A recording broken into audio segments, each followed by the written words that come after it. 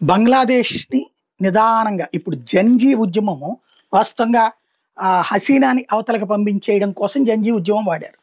But అదేంటి బంగ్లాదేశ్ అస్తిత్వానికి ప్రమాదం, బంగ్లాదేశ్ ఉనికిని దెబ్బతీస్తుందని. ఆవిడ ఏ ఉనికిని దెబ్బతీయలా. ఆవిడ బంగ్లాదేశ్ ఉనికిని పెంచింది, కాపాడింది, ఉన్నత స్థితికి తీసుకెళ్ళింది. ప్రపంచంలో బంగ్లాదేశ్‌కు పేరు తెచ్చిపెట్టింది. కానీ యూనస్ అనే దరిద్రుడొచ్చి అక్కడ ఉన్నటువంటి యువతరాన్ని రెచ్చగొట్టి ఏదో కోర్టులో ఇచ్చినటువంటి తీర్పు ఆధారంగా అడ్డం పెట్టుకుని ఆవిడ వెళ్ళిపోయేలా చేశారు. చివరికి సైన్యం కూడా వాడికి దాసోహం ఉంది. అమెరికాకి సంబంధించినటువంటి ఆర్డర్స్‌తో అది పనిచేసింది. కానీ ఇప్పుడు సీన్ కట్ చేస్తే అసలు సిసలు బంగ్లాదేశీ ద్రోహిగా మారుతున్నాడు యూనస్ అనేవాడు. బంగ్లాదేశ్‌లో ఇప్పుడు 'జంజీ' ఉద్యమించకపోతే బంగ్లాదేశ్ అస్తిత్వాన్ని కోల్పోతుంది. పాకిస్తాన్ నుంచి విడిపోవడానికి ఉద్యమం చేయబడి చివరికి వేలాది మంది ప్రాణాలు అర్పించినటువంటి వేళ ముజిబుర్ రెహమాన్ కోరికతో భారతదేశపు సైన్యం అక్కడికి వెళ్ళి వాళ్ళని రక్షించి తూర్పు పాకిస్తాన్ విడదీసి బంగ్లాదేశ్ అనే దేశాన్ని ఇచ్చి వాళ్ళ చేతికి వదిలేసి మనమేమో ఆ దేశాన్ని తీసుకోలేదు. ఆనాటి నుండి ఈనాటి వరకు బంగ్లాదేశ్ ఎదుగుదలలో భారతదేశం సహకరిస్తూనే వచ్చింది. పాకిస్తాన్ ఏడుస్తూనే వచ్చింది.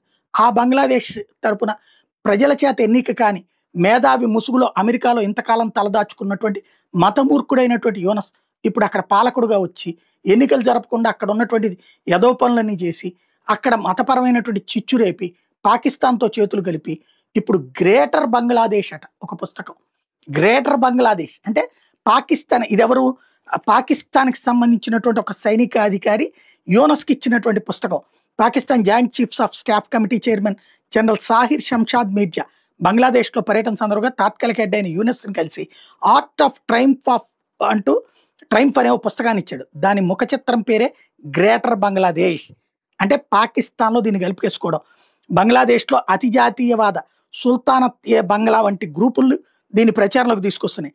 పాత బెంగాల్ సుల్తానేట్ ప్రాంతాలను అఖండ బంగ్లా తరహాలో ఏకీకరణ చేయాలంటే మన బెంగాల్‌ని కూడా కలిపేసి ఏకీకరణ చేయాలి.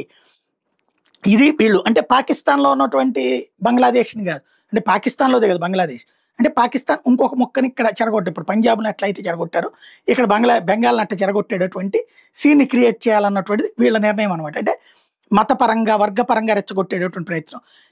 ఏదైతే పాకిస్తాన్‌కి సంబంధించినటువంటి ఈ బంగ్లాదేశ్‌లో ప్రతిపాదిత ఈ గ్రేటర్ బంగ్లాదేశ్‌లో వీళ్ళు చూపెడుతుంది ఏంటంటే మన ఈశాన్య భారతం అంటే అస్సాము, త్రిపుర, మేఘాలయ, మిజోరాం, అరుణాచల్ ప్రదేశ్, నాగాలాండ్, మణిపూర్ కాకుండా బెంగాలు, బీహార్‌లోని కొన్ని భాగాలు, జార్ఖండ్‌లోని కొన్ని భాగాలు, ఒరిస్సాలోని కొన్ని భాగాలు అన్నిటిని కలిపేసి గ్రేటర్ బంగ్లాదేశ్ అంటే దీనికి పాకిస్తాన్ సపోర్ట్ చేస్తుందంట.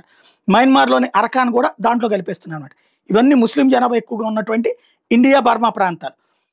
ఒక దేశ టెంపరరీ చీఫ్ ఏకంగా మరో దేశపు ఆర్మీ చీఫ్ జనరల్‌తో కలిసి చేస్తున్నటువంటి ఈ కుట్ర చూస్తుంటే భారతదేశం సీరియస్‌గా అడుగు పెట్టాల్సినటువంటి సందర్భం వచ్చినట్టు కనబడుతుంది.